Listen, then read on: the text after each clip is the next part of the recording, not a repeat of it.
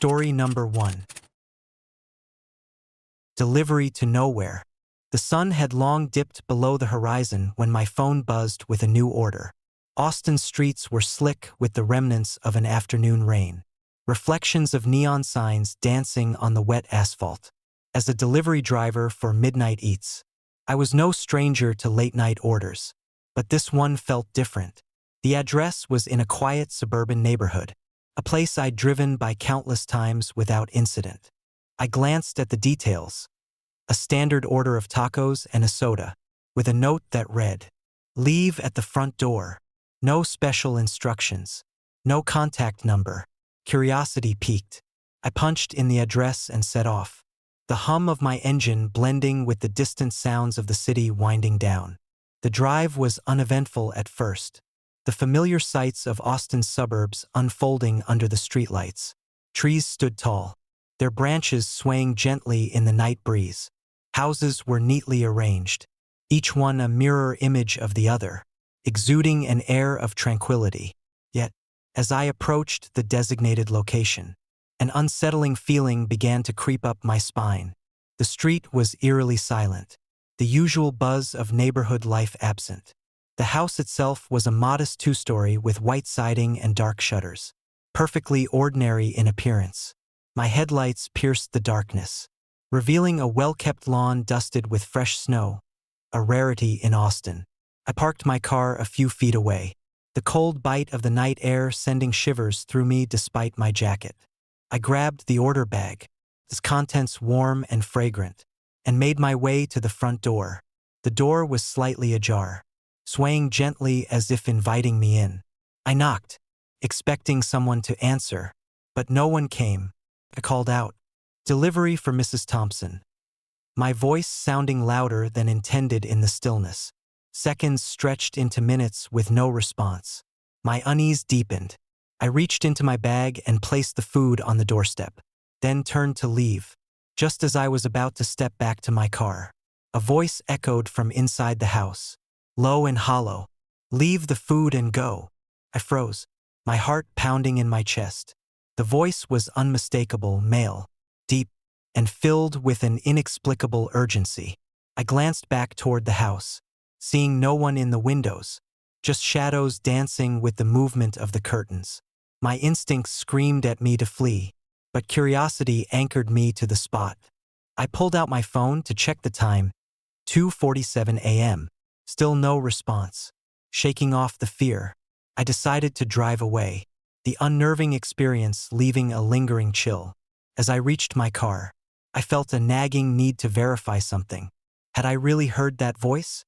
Doubt gnawed at me, pushing me back toward the house. I approached cautiously, the cold night air making every step feel heavier. The front door was still ajar, the interior cloaked in darkness. I knocked again, this time more firmly, my knuckles pounding against the wood.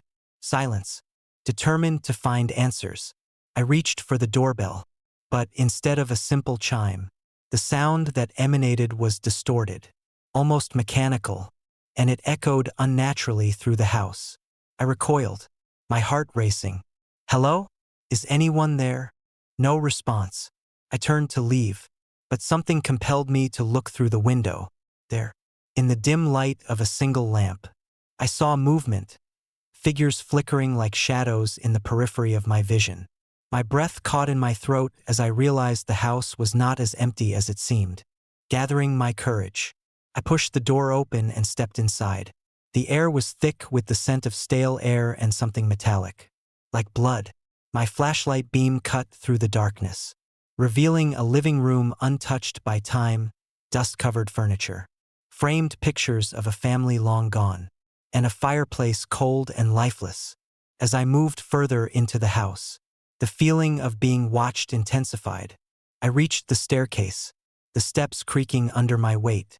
Upstairs, I found a hallway lined with doors, each one slightly ajar, revealing glimpses of empty rooms. It was then that I heard it again, a faint, distant cry, like someone calling out in pain. I followed the sound to a bedroom at the end of the hall. The door was closed, but the cry grew louder, more desperate. I pushed it open, flashlight held high, revealing a room frozen in time. A single bed stood against the wall, a thick layer of dust covering every surface. On the nightstand, a family photo stared back at me, parents smiling with their two children. Taken years ago, I approached the bed, heart hammering, and saw what made my blood run cold. A lifeless body lying beneath the covers. The man was dressed in old-fashioned clothing, his face contorted in an eternal scream. But the strangest part was the clock on the wall. It showed the time as 2:50 a.m., but the hands moved backwards, ticking in reverse. I stumbled back, my mind struggling to comprehend what I was witnessing. The room began to change, the temperature dropping rapidly. Frost formed on the windows, patterns intricate and impossible to decipher. The lifeless man's eyes snapped open, black voids staring directly at me, pulling me into their depth. "Help us," the voice whispered, not just from his lips but echoing through my very being. "You must leave before it's too late." I turned and fled the room, the house seeming to warp around me, hallways stretching and doors leading to nowhere. The oppressive atmosphere pressed in, making it difficult to breathe. The voice followed me, a haunting melody of despair and warning, bursting through the front door.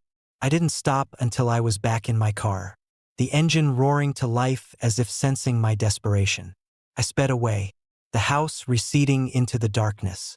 But the voice lingered in my mind, a ghostly reminder of what I had encountered. Days turned into weeks, but the memory of that night haunted me. I couldn't shake the feeling that something was watching me, that the house had left a mark on my soul. Determined to find answers, I returned to the location, this time armed with a camera and a voice recorder, hoping to capture evidence of the supernatural. I arrived just as dusk began to fall, the sky painted with strokes of orange and purple.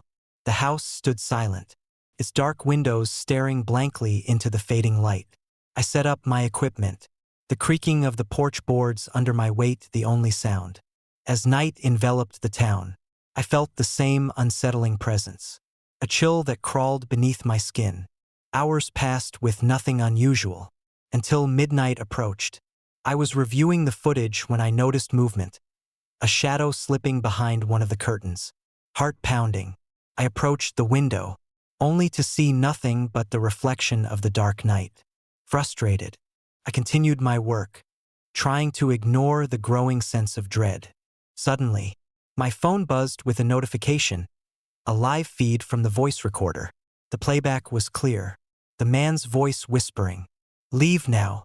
I turned to look at the house, my instincts screaming at me to flee, but my curiosity held me in place. I grabbed my camera and stepped outside, the cold night air biting at my face. As I approached the front door, the same eerie voice echoed around me, "Leave the food and go." I glanced back at the house, noticing for the first time that the front door was now tightly shut, no longer ajar. Panic surged through me as I realized I was being watched, hunted by the very shadows I sought to uncover. I ran back to my car, heart racing, fumbling with the keys as I tried to start the engine. The vehicle refused to budge, the lights flickering in protest. "Come on," I muttered, pounding on the dashboard. But it was no use. The oppressive presence of the house pressed in, the whispers growing louder, more insistent, desperate. I grabbed the camera, its lens capturing the darkness around me, and fled into the night, the house disappearing into the distance. But no matter how fast I drove, the feeling of being followed never left me, a relentless shadow lurking in the corners of my mind. Months later, I still have nightmares of that night, the lifeless man's eyes, the reversing clock, and the whispers that demand I leave. I've since left Midnight Eats, unable to shake the memories of Frostvale's haunted house. The story remains a cautionary tale among my friends and family, a reminder that some places hold secrets too dark to uncover, and some voices are meant to remain unheard. Sometimes, when the night is particularly still and the wind whispers through the trees, I hear a faint voice calling out, a ghostly echo from Frostvale, urging me to heed their warning, Leave the food and go. Story number 2. Delivery to the departed. The city lights of Houston blurred past my windshield as I navigated the familiar streets in my delivery van. Late nights like this were routine, quiet neighborhoods, predictable routes, and the occasional friendly face. But tonight felt different, an unsettling undercurrent that I couldn't quite place. The GPS directed me to a suburban address on Maplewood Drive, a place I'd delivered to countless times without incident. I glanced at my phone. The order was straightforward: a large pizza and a 6-pack of beer. No special instructions. No notes about delivery preferences. Just another standard drop-off. I sighed, the monotony of my job pressing down on me. The hours stretched endlessly, punctuated only by the hum of the engine and the occasional siren in the distance. Maplewood Drive was lined with well-kept houses, each one a testament to suburban tranquility. The address I was headed to was number 47, a charming 2-story with a neatly trimmed lawn and blooming flower beds. I parked the van at the designated spot, the engine idling as I grabbed the order from the back. Delivery for Mr. Harold Jenkins. The app confirmed. I retrieved my phone, ready to call if no one answered, but the house stood silent. The front door was closed, the windows darkened with heavy curtains. I knocked twice, the sound echoing in the stillness of the night. No answer. I tried calling the number provided, but it went straight to voicemail. "Hey, this is Mike from Rapid Eats. I'm here with your order. Please let me know when you're available to receive it." I left a message before hanging up. Not a response. I shrugged it off. Maybe he was busy, running errands, or simply wasn't home. I left the food on the porch, taking a step back to assess the situation. As I turned to leave, a chill ran down my spine. The air seemed to grow colder, the night darker than before. I glanced in the rearview mirror, half expecting to see someone standing behind me, but the street was empty, shaking off the unease. I walked back to my van, ready to move on to the next delivery. But something compelled me to look again. The house, which had seemed ordinary moments before, now appeared different. The windows were completely dark, and the curtains were tightly shut, as if concealing something sinister within. My heart raced as I remembered the countless times I'd delivered to this address without a second thought. Why did it feel so wrong tonight? Curiosity gnawed at me, and against my better judgment, I approached the front door. It was locked, the keyhole staring back at me like an unblinking eye. I reached into my pocket for a spare key I kept for such occasions, but it wasn't there. Panic set in. How could I have forgotten it? The realization hit me hard. This address had never belonged to a Harold Jenkins. In fact, no one named Harold Jenkins had ever lived here. I pulled out my phone again, frantically searching for any records of the address. What I found sent a shiver down my spine. The house had been abandoned for over a decade. The previous owner, Harold Jenkins, having disappeared without a trace in the winter of 2012. The case was never solved. The house left to decay, becoming a local legend whispered about in hushed tones. A sense of dread settled over me as I stared at the empty address. My mind raced with questions. How had I received an order from a place that had been deserted for years? Had the app glitched? Or was there something more sinister at play? Determined to get to the bottom of this, I decided to investigate further. I walked around the house, the cold night air biting at my skin. The structure was decrepit, the paint peeling and windows cracked. Inside, the rooms were shrouded in darkness, the remnants of a once-lived life scattered in the corners. Dust lay thick on every surface, untouched by time. As I explored, the feeling of being watched intensified.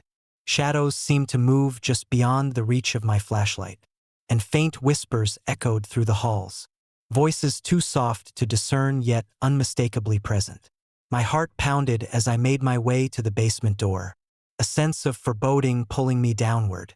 The basement was cold, the air thick with the scent of mildew and decay. I descended the creaking stairs, each step amplifying the eerie silence. At the bottom, My flashlight beam landed on an old wooden table, scattered with newspapers and photographs. They were articles about Harold Jenkins' disappearance, his family's search, and the theories that had never been proven. As I sifted through the papers, a sudden noise made me jump. A loud thud from behind me. I spun around, the flashlight flickering, revealing nothing but the empty basement. I turned back to the table, my hands trembling, and noticed a photograph that sent chills down my spine. It was a picture of Harold Jenkins, taken the night he vanished, smiling warmly at the camera. But in the background, barely visible, was the silhouette of a shadowy figure standing at the edge of the room. Watching him, a cold breeze swept through the basement, extinguishing my flashlight and plunging me into darkness. Panic set in as I fumbled for my phone, using its faint glow to illuminate my surroundings. The whispers grew louder, more insistent, urging me to leave, but I couldn't tear my eyes away from the photograph, the haunting presence of the shadow figure lingering in my mind. Suddenly, the door slammed shut above me, the sound reverberating through the basement. I tried to open it, but it was locked tight, trapping me in the suffocating darkness.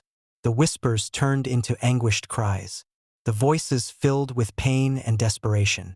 Shadows danced around me, swirling and contorting into grotesque shapes that seemed to reach out for me. Desperate to escape, I called out, my voice echoing back at me. "Hello? Is someone there?" But all I received was the oppressive silence, broken only by the tortured screams that filled the air. The shadow figure from the photograph materialized before me, his presence cold and malevolent. "You shouldn't have come," it whispered, its voice a haunting blend of sorrow and rage.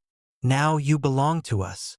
Terrified, I backed away, the shadows closing in, their icy fingers gripping my soul. I felt a surge of determination, refusing to let fear consume me. Summoning every ounce of strength, I reached for the basement door, pulling with all my might. The door creaked open, revealing the dim light of the stairs above. I sprinted up the stairs, the basement echoing with the creature's relentless pursuit. Bursting through the door, I ran out of the house, the whispers and shadows fading behind me. Gasping for breath, I looked back at the abandoned structure, its windows now dark and lifeless once more. Shaking, I climbed into my van, the engine roaring to life as I sped away from the haunted house. My phone buzzed with another notification, a new order, this time from the same address. My blood ran cold as I stared at the screen, the realization dawning on me that the nightmare was far from over. I never returned to Maplewood Drive, the memory of that night etched into my soul. The stories of the abandoned house and its restless spirits became a cautionary tale among my colleagues, a reminder that some deliveries are best left undelivered. But no matter how far I drove, the shadow of that night lingered, a haunting reminder of the thin veil between the living and the dead. Sometimes, late at night, when the streets of Houston are quiet and the city sleeps, I catch a glimpse of the old house in my rearview mirror, a silent sentinel watching me, a ghostly reminder that some places never truly let you go. Story number 3. Laughter in the shadows. The night air in Dallas was unusually still, the kind of quiet that presses against your eardrums and makes every sound feel amplified. I glanced at the clock on my dashboard, 2:37 a.m., another late-night delivery for Midnight Slice, the pizza joint that thrived on the after-hours crowd. My shift wasn't over yet, but fatigue was setting in, the miles behind me blending into a haze of streetlights and empty streets. The order was straightforward: a large pepperoni pizza and 2 sodas, delivered to 473 Elmwood Drive, a secluded house on the outskirts of town. Elmwood was an old neighborhood, one that had seen better days. The houses stood like silent sentinels, their lawns overgrown and windows darkened with layers of grime. This particular address had no lights on, no signs of life, just an eerie stillness that made my skin crawl. I pulled up to the house, the engine idling as I gathered my order. The house was a two-story craftsman with peeling paint and a sagging porch. The front door was closed, but the curtains were drawn tight, hiding whatever lay inside. I reached for my phone, ready to call if no one answered, but hesitation held me back. Part of me wanted to leave the pizza at the doorstep and move on, but professionalism pushed me forward. I knocked twice, the sound echoing unnaturally in the quiet night. "Delivery for 473 Elmwood Drive," I announced, my voice sounding louder than it should. No response. I tried again. The third knock, more insistent this time. Still, nothing. A chill ran down my spine. It was as if the house itself was holding its breath, waiting for something to happen.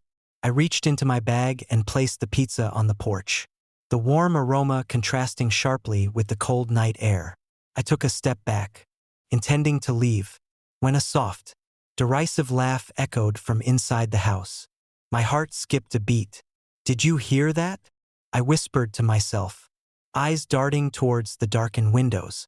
The laughter was unsettling, mocking, almost playful, but laced with malice. I pulled out my phone again, considering calling the police. But another thought made me pause. Maybe the customer was just playing a prank. Determined to get to the bottom of it, I approached the front door, knocking once more. This time, instead of silence, the laughter resumed, louder and closer. Felt like it was coming from all around me, reverberating through the still air. My pulse quickened, and I felt a primal urge to run, to escape the sinister atmosphere that had enveloped the house. As I turned to leave, something caught my eye, a flicker of movement in the corner of one of the living room windows. I strained my eyes, trying to make out the shape, but the dim light made it difficult. It looked like a shadowy figure, standing still and watching me with an intensity that sent shivers down my spine. "Hello," I called out, voice trembling despite my efforts to stay calm. No answer. The figure remained, his presence a silent threat. I blinked, and it was gone, swallowed by the darkness. My rational mind tried to dismiss it as a trick of the light or a figment of my imagination. But the unease lingered. I hurried back to my van, heart pounding, the laughter still echoing in my ears. As I reached the driver's seat, I glanced in the rearview mirror, half expecting to see the shadowy figure staring back at me. But there was nothing, just the empty street and the silent house fading into the distance. Shaking off the fear, I started the engine and pulled away, the tires crunching on the gravel driveway. Just as I began to relax, the laughter erupted again. This time from behind me.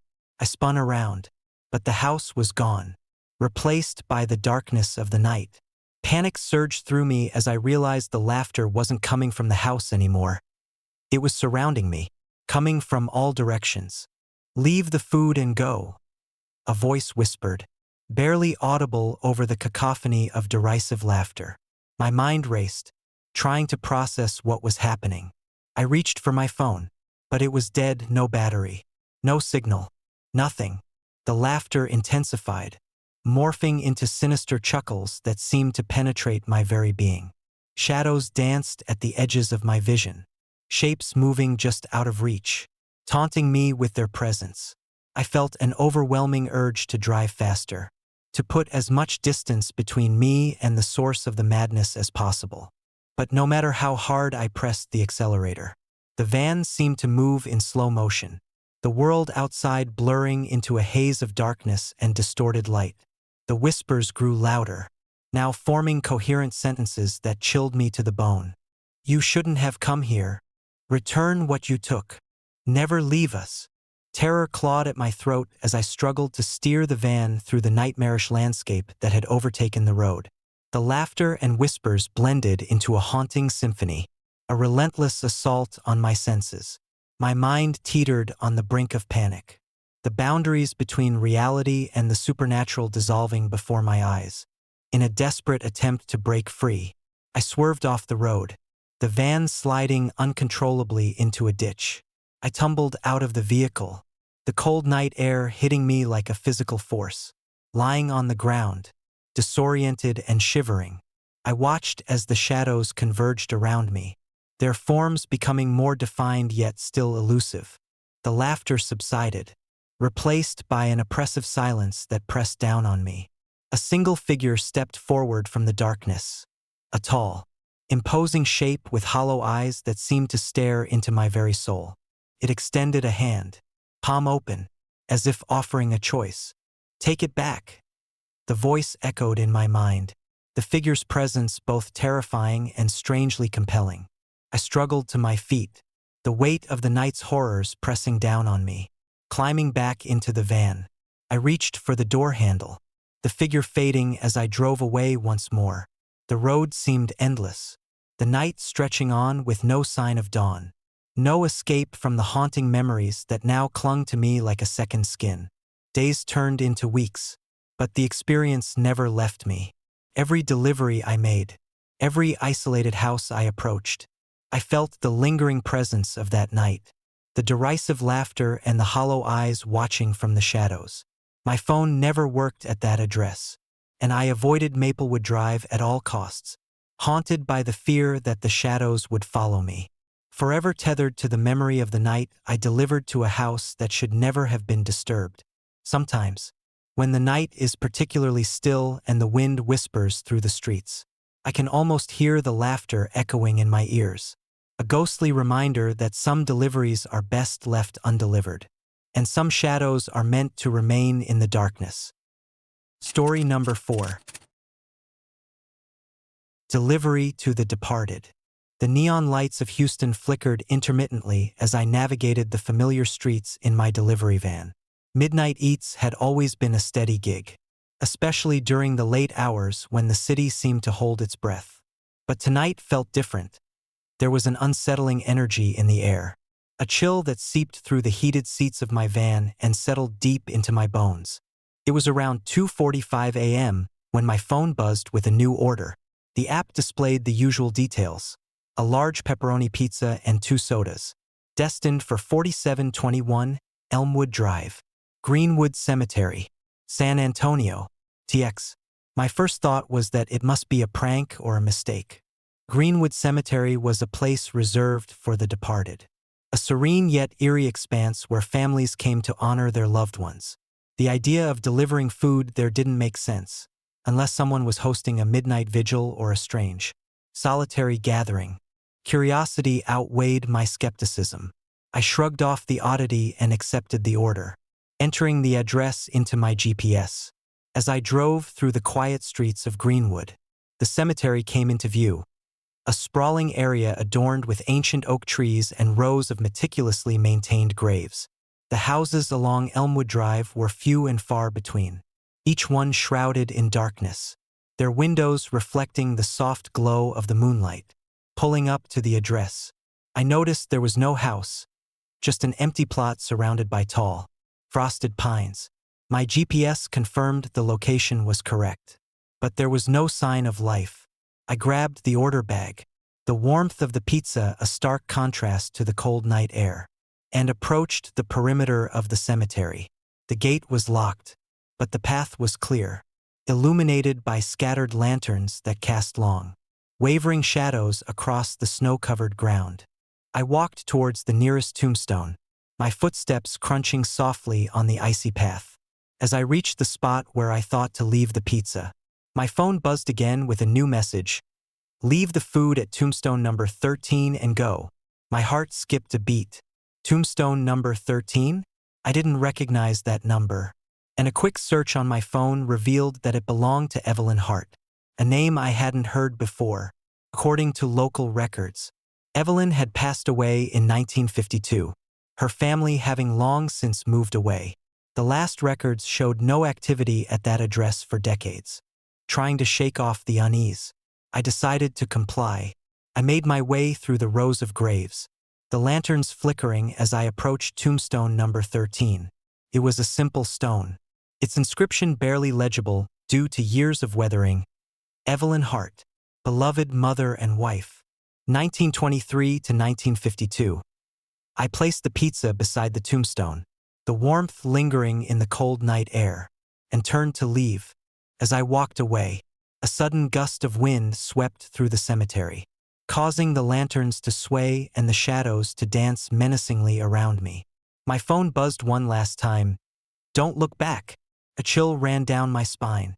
I glanced over my shoulder, half expecting to see someone standing behind me, but there was nothing, just the endless rows of graves and the silent, watchful trees quickened my pace, the feeling of being watched intensifying with each step. The streetlights seemed to dim, casting deeper shadows that stretched out like dark fingers trying to grasp me. My phone had lost signal, and the screen was dead, leaving me without any way to contact help or the sender of those cryptic messages. As I reached my van, I couldn't shake the sensation that someone or something was following me. The night felt alive with unseen eyes and whispered voices that played tricks on my mind. I fumbled with the keys, finally getting the engine to start and speeding away from the cemetery.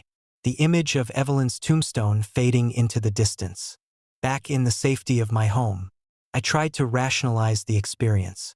Maybe Evelyn's family had requested the delivery as a sentimental gesture. Or perhaps it was a mistake. But the lingering fear told a different story. That night, sleep eluded me as I replayed the events in my mind. The ghostly message echoing like a haunting refrain. Determined to uncover the truth, I delved into the history of Greenwood Cemetery and the story of Evelyn Hart. I visited the local library, poring over old newspaper clippings and town records. What I found was a tragic tale of love, loss, and unresolved grief. Evelyn Hart had disappeared under mysterious circumstances, her family devastated by her absence. Rumors had circulated for years about strange occurrences at her tombstone, cold spots, unexplained noises, and fleeting glimpses of a woman in mourning that would vanish when approached. The more I learned, the more convinced I became that my delivery was no accident. It felt as though Evelyn's spirit had reached out to me, seeking closure or perhaps a final act of remembrance. The message to leave the food at her tombstone seemed like a plea from beyond. A connection formed through the thin veil between the living and the dead. Months passed, but the memory of that night never faded. Every time I drove past Greenwood Cemetery, I felt a sense of reverence and fear, as if Evelyn's presence was still watching over her resting place. I stopped making deliveries to that address, the haunting experience leaving an indelible mark on my soul. One evening, as I sat alone in my living room, the wind howled outside, and the shadows seemed to dance with a life of their own. My phone buzzed again, the screen flickering before displaying the familiar address, 4721 Elmwood Drive, Greenwood Cemetery, San Antonio, TX. A cold sweat broke out across my skin as I read the new message. She remembers you. I stared at the screen, the weight of my decision pressing down on me. Despite my fear, a part of me wanted to return, to understand what had drawn me to Evelyn's tombstone in the first place.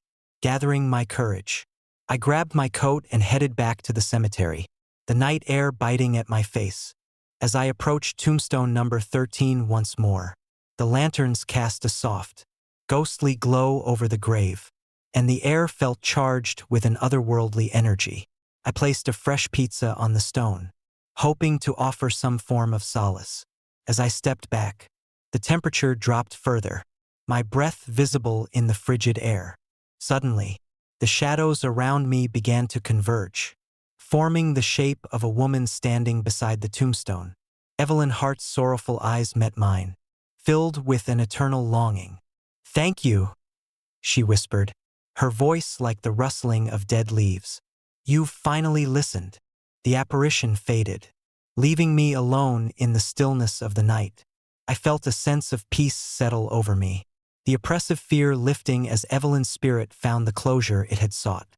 The message had been a connection, a bridge between our worlds, and by honoring her request, I had helped ease her lingering sorrow.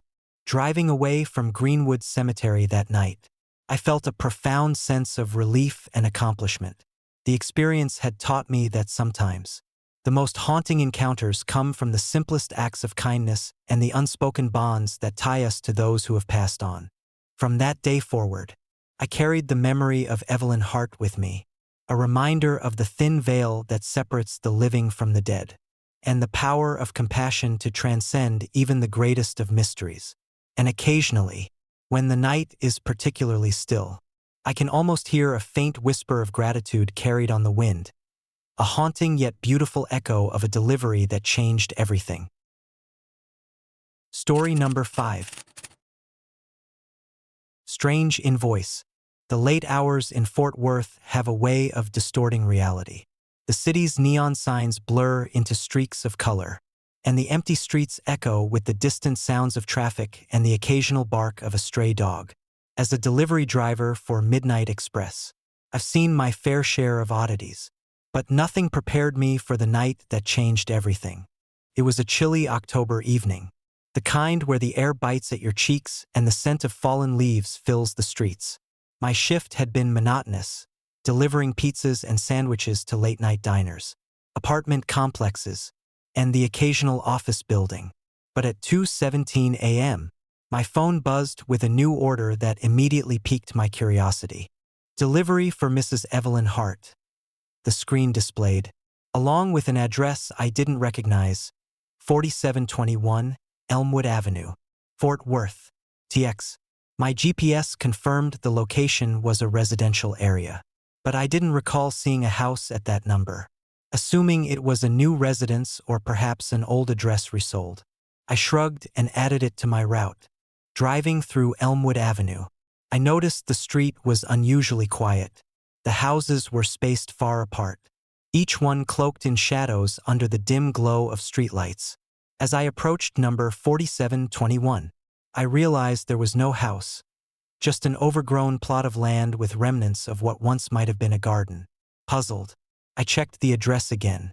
It was correct.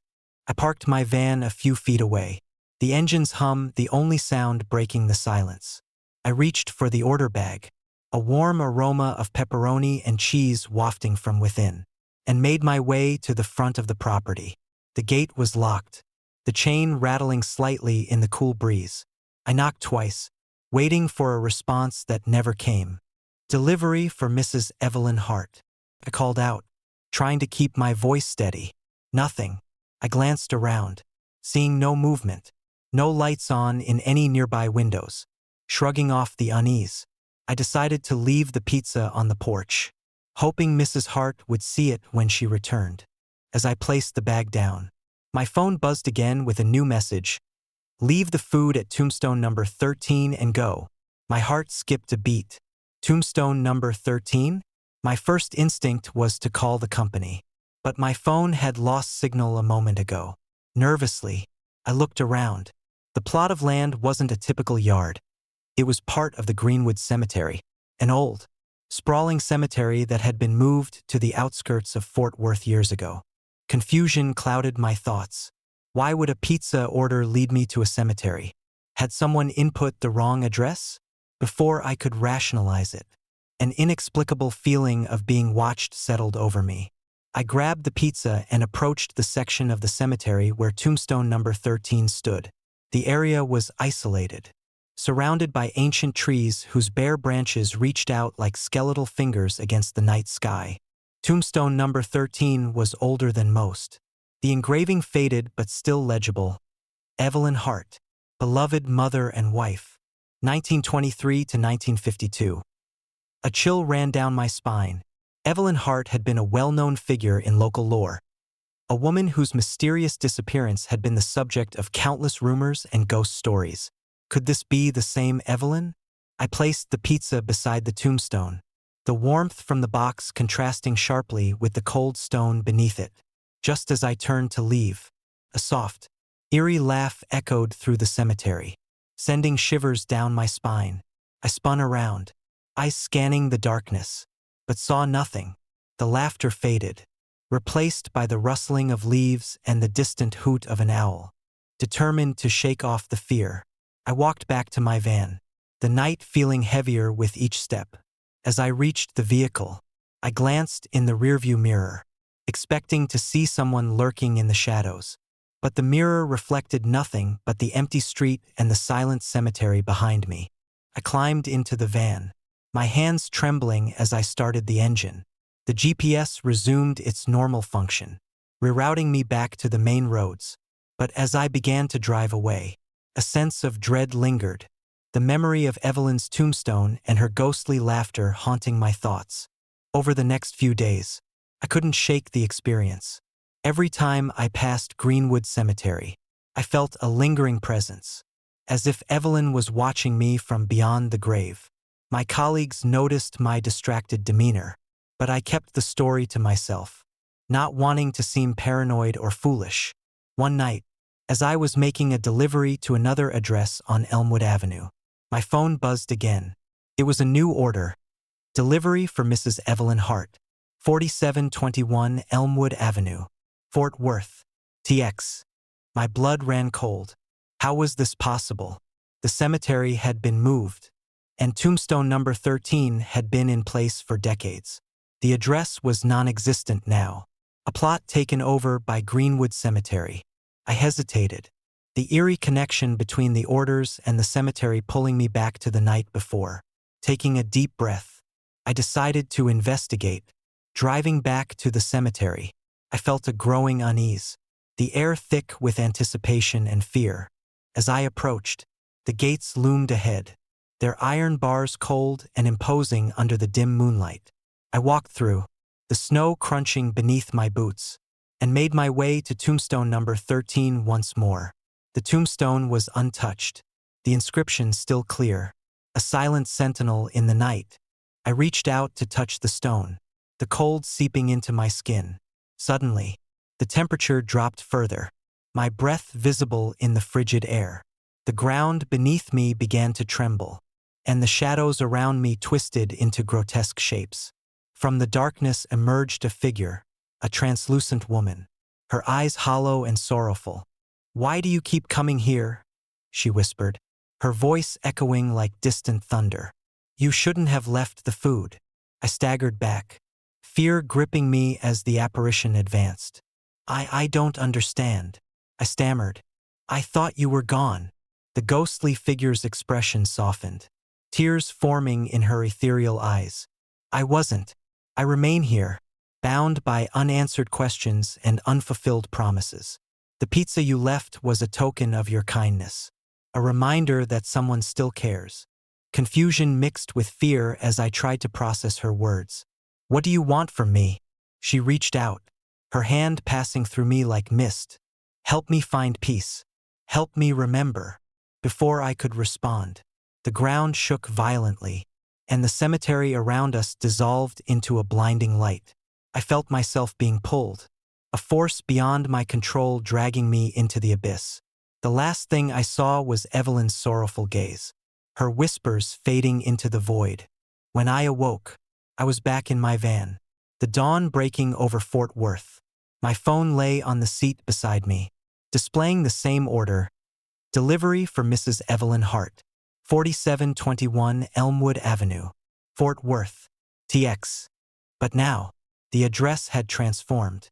Instead of pointing to a deserted plot, it directed me to an old, abandoned house at the edge of Greenwood Cemetery, an address that never existed before. Terrified, I sped away, the image of Evelyn's ghost etched into my mind.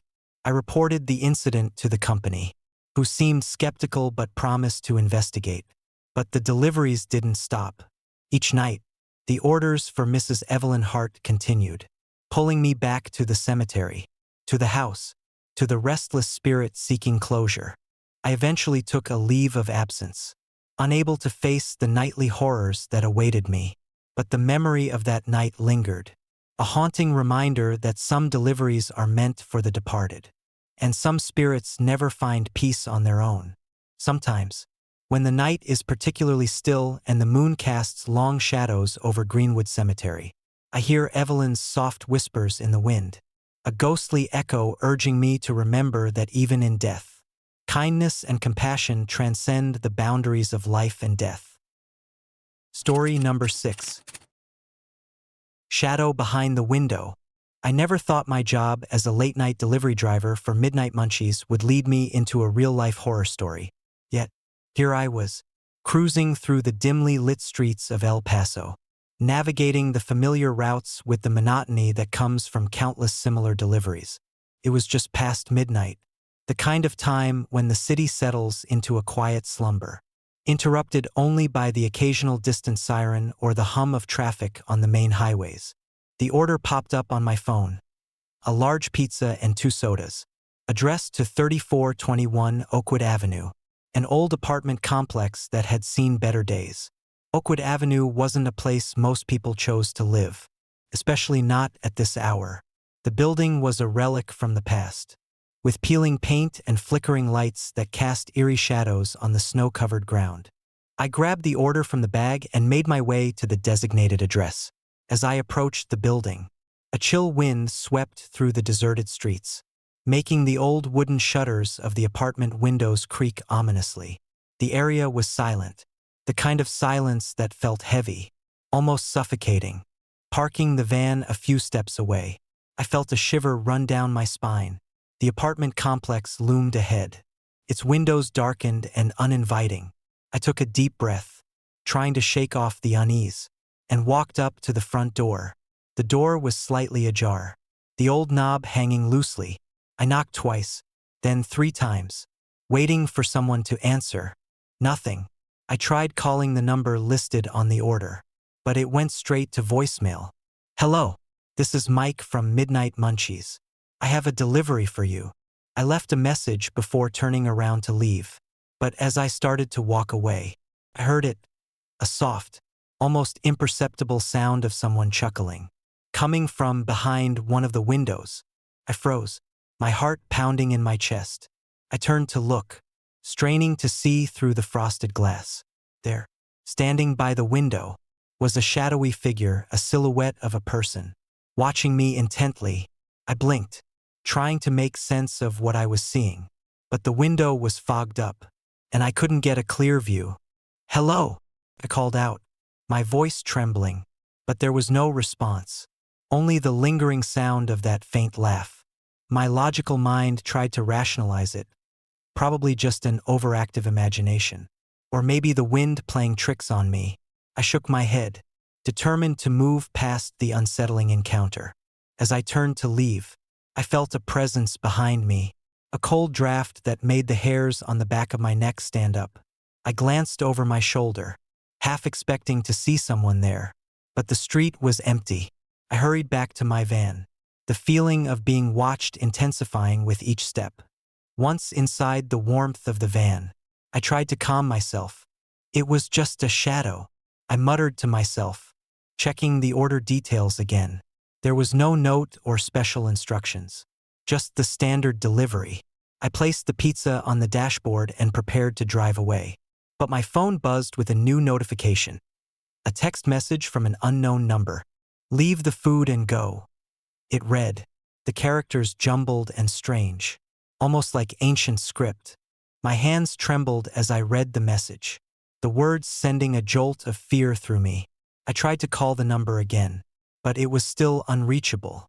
The address on the order matched the one I was at, but my records showed no recent changes, no new tenants, no one moving in or out. A sinking feeling settled in my gut. I glanced back at Oakwood Avenue, the apartment building now looming larger, its windows like dark eyes watching my every move. I decided to check the address manually, wanting to ensure I hadn't made a mistake. I exited the van and walked a few steps towards the building, the snow crunching under my boots. As I approached, I noticed that the front door was now closed, the lock secure. Confused, I knocked again, this time louder, more desperate. Still, no one answered. I looked around, seeing no signs of life, no lights on, no movement, nothing. It was as if the building had been abandoned years ago. I took a step back, my mind racing. "What's going on here?" I whispered to myself, feeling a growing sense of dread. The shadows seemed to stretch longer, the darkness pressing in from all sides. I hurried back to my van, the phone still displaying the cryptic message. As I reached the driver's seat, I heard it again, the soft, eerie laugh, now louder and closer. My blood ran cold as I realized the figure I thought I saw was still there, watching me from the window. It moved slightly, almost imperceptibly, but enough to confirm that it was real. I fumbled with the keys, desperate to start the van and escape the nightmare unfolding before me. But the ignition refused to turn over, the engine remaining silent and lifeless. I pounded on the dashboard, cursing under my breath. But nothing happened. The phone buzzed again. A new message. You should not have come. Fear overtook me as I backed away from the building, my eyes fixed on the shadowy figure that remained motionless, yet ever watchful. The temperature seemed to drop further, my breath visible in the cold air. I reached for my phone, intending to call for help, but it was dead, no battery, no signal, nothing. The realization hit me hard. I was trapped. The message was a warning, or perhaps a curse, and I had no way to undo it. The figure began to move towards me, its form becoming clearer in the dim light. It was a woman, her features obscured by darkness, her presence both haunting and sorrowful. "Leave now," she whispered, her voice echoing through the empty street. "Do not stay." I tried to respond, but my voice caught in my throat, unable to form words. The figure reached out, her hand passing through me like mist, and a cold wind swept through the van, extinguishing the interior lights and plunging me into darkness. I felt an overwhelming sense of despair, the weight of the night pressing down on me. The laughter and whispers filled my ears, voices of the past that couldn't find peace. I closed my eyes, praying for the nightmare to end, but the presence lingered, a ghostly reminder of the apartment I should have never visited. When I finally opened my eyes, the van was alive again, the engine roaring to life as if by magic. I didn't hesitate. Swiftly, I floored the accelerator, driving away from Oakwood Avenue as fast as I could. The figure remained a haunting image in my mind, her sorrowful eyes following me into the night. Back in the safety of my home, I couldn't shake the feeling that something was watching me, a lingering presence that wouldn't let me forget. I shared my story with friends and colleagues, but many dismissed it as a tale spun by exhaustion and stress. Yet, deep down, I knew what I had experienced was real, a terrifying encounter that blurred the line between reality and the supernatural. Months passed, but the memory of that night never faded. I avoided Oakwood Avenue, the shadowy presence a constant reminder of the danger that lurked in the darkness. Every time I saw an old building or walked through a quiet neighborhood, I couldn't help but glance over my shoulder, fearing that the shadows would follow me, forever marking the night I delivered to a place that was never meant to be disturbed. And sometimes, when the night is particularly still and the wind howls through the empty streets, I hear that faint, eerie laughter echoing in my ears, a haunting reminder that some deliveries are best left undelivered, and some shadows are meant to remain in the darkness, watching and waiting for the next unsuspecting soul to cross their path. Story number 7. Mysterious Order. The city lights of Houston shimmered through the rain-soaked windshield as I navigated the familiar streets in my delivery van. Midnight Munchies was my lifeline, especially during these late hours when the city seemed to sleep, leaving only the restless echoes of nocturnal creatures to keep me company. At 3:14 a.m., my phone buzzed with a new order, the screen illuminating my tired eyes. Order details. Item: large meat lovers pizza. Recipient: name redacted. Address: 4521 Maple Avenue, Houston, TX. No name, just an address nestled in one of Houston's older districts, Maple Avenue, a place where the houses stood as silent witnesses to decades of forgotten stories. The GPS confirmed the location was valid, though the area felt different tonight, cloaked in an unnerving silence that seemed to press against my ears. I grabbed the order bag, its contents warm and fragrant, a stark contrast to the chill that had settled in the air. As I drove towards Maple Avenue, the streets became narrower, the houses older, their facades weathered by time and neglect. The streetlights flickered intermittently, casting long, wavering shadows across the pavement. Pulling up to the address, I realized something was off. There was no house at 4521 Maple Avenue, only an empty lot bordered by overgrown hedges and an old wrought iron fence that creaked in the wind. Confusion gnawed at me. I double-checked the address, but it matched perfectly. Had the customer moved out without updating their details? Or was this a mistake? Before I could ponder further, my phone buzzed with a new message. "Thank you for the delivery. Now be careful." A chill ran down my spine. There was no sender information, just those haunting words staring back at me from the screen. My heart raced as I looked around, the empty lot now feeling suffocatingly close. The silence was oppressive, broken only by the distant hum of traffic and the rustling of leaves in the night breeze. I decided to leave the pizza on the doorstep of the empty lot, a futile attempt to fulfill the order. As I reached out to place the bag down, a sudden gust of wind swept through, sending the contents scattering across the ground. I hurriedly gathered them, my hands trembling uncontrollably. Maybe it's a prank, I muttered to myself, trying to rationalize the eerie experience. But the message on my phone lingered in my mind, a sinister whisper that refused to fade. I made my way back to the van, but as I reached for the door handle, a faint, almost imperceptible sound stopped me in my tracks. A soft, melancholic melody that seemed to emanate from the empty lot. My breath caught in my throat as I turned to listen, but the sound faded as quickly as it had appeared, leaving me in an unsettling silence. Pushing aside the fear, I climbed into the van, the engine's roar providing a temporary distraction from the night's horrors. As I started to drive away, my phone buzzed again with another message. "Don't look back." Panic surged through me. Who was sending these messages?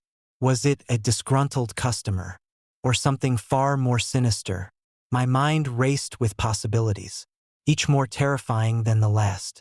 I glanced in the rearview mirror, half expecting to see someone standing behind me, but there was nothing, just the empty lot fading into the distance. Determined to shake off the unease, I turned up the radio, the upbeat tunes doing little to calm my frayed nerves. The rest of the night passed without incident, each delivery blending into the next. But the memory of Maple Avenue haunted me. I couldn't shake the feeling that I was being watched, a presence lurking in the shadows just beyond my vision. Days turned into weeks, and the mysterious order became a dark chapter in my otherwise uneventful job. I avoided Maple Avenue, the thought of delivering to that empty lot sending shivers down my spine. But fate has a way of intertwining with fear, and one night, as I was closing out my shift, my phone buzzed with another order. Order details. Item: large pepperoni pizza. Recipient: name redacted. Address: 4521 Maple Avenue, Houston, TX. My blood ran cold. Maple Avenue again? How was this possible? The address was still the same, the lot still empty. Confusion mingled with fear as I considered refusing the delivery. But Midnight Munchie's policy was clear. No cancellations allowed once an order was placed. Swallowing my fear, I grabbed the pizza and made my way to Maple Avenue once more. The streets were quiet, the night cloaked in an oppressive darkness that seemed to absorb all sound. Parking at the same spot, I felt a sense of déjà vu, the eerie atmosphere identical to the previous encounter. I approached the lot cautiously, the cold night air biting at my skin. Placing the pizza down felt like a mockery of my earlier attempt. As I turned to leave, my phone buzzed with a new message. "You shouldn't have come back." Terror gripped me, my hands shaking as I tried to process the message. I backed away, every instinct screaming at me to flee, but my legs felt like lead. The silence was once again broken by the faint melody that had haunted me before, a sorrowful tune that echoed through the empty lot.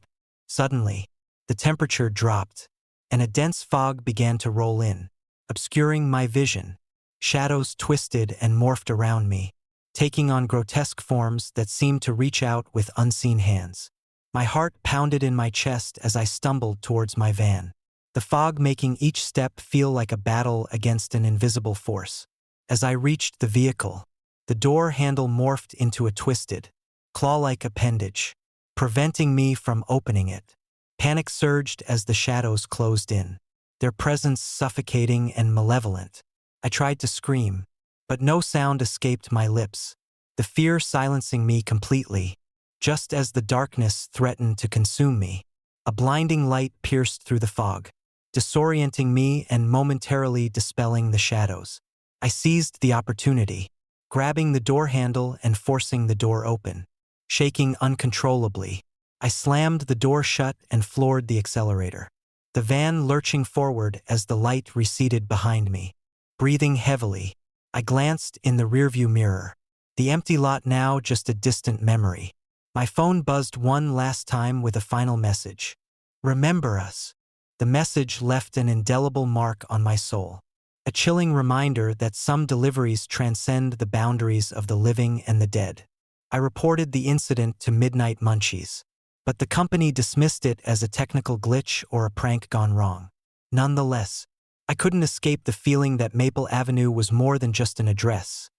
It was a gateway to something dark and unforgiving. Months passed, and the memory of those haunted nights lingered like a persistent shadow. I avoided late-night deliveries altogether, the fear of encountering the unknown too great to bear.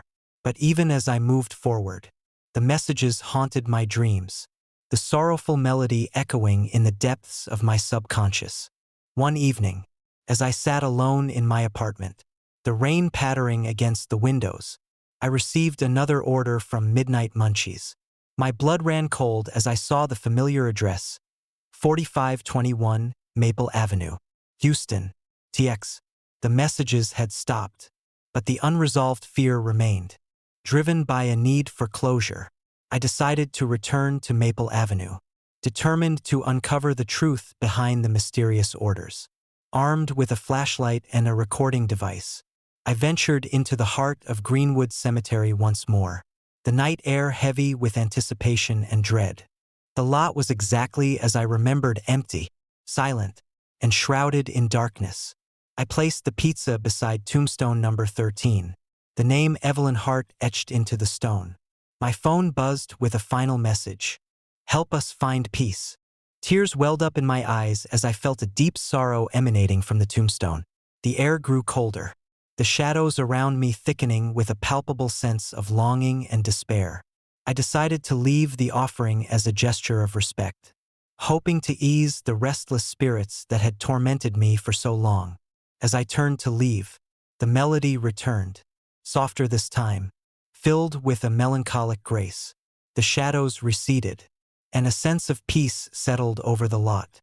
My phone buzzed one last time, the message different yet still haunting. Thank you.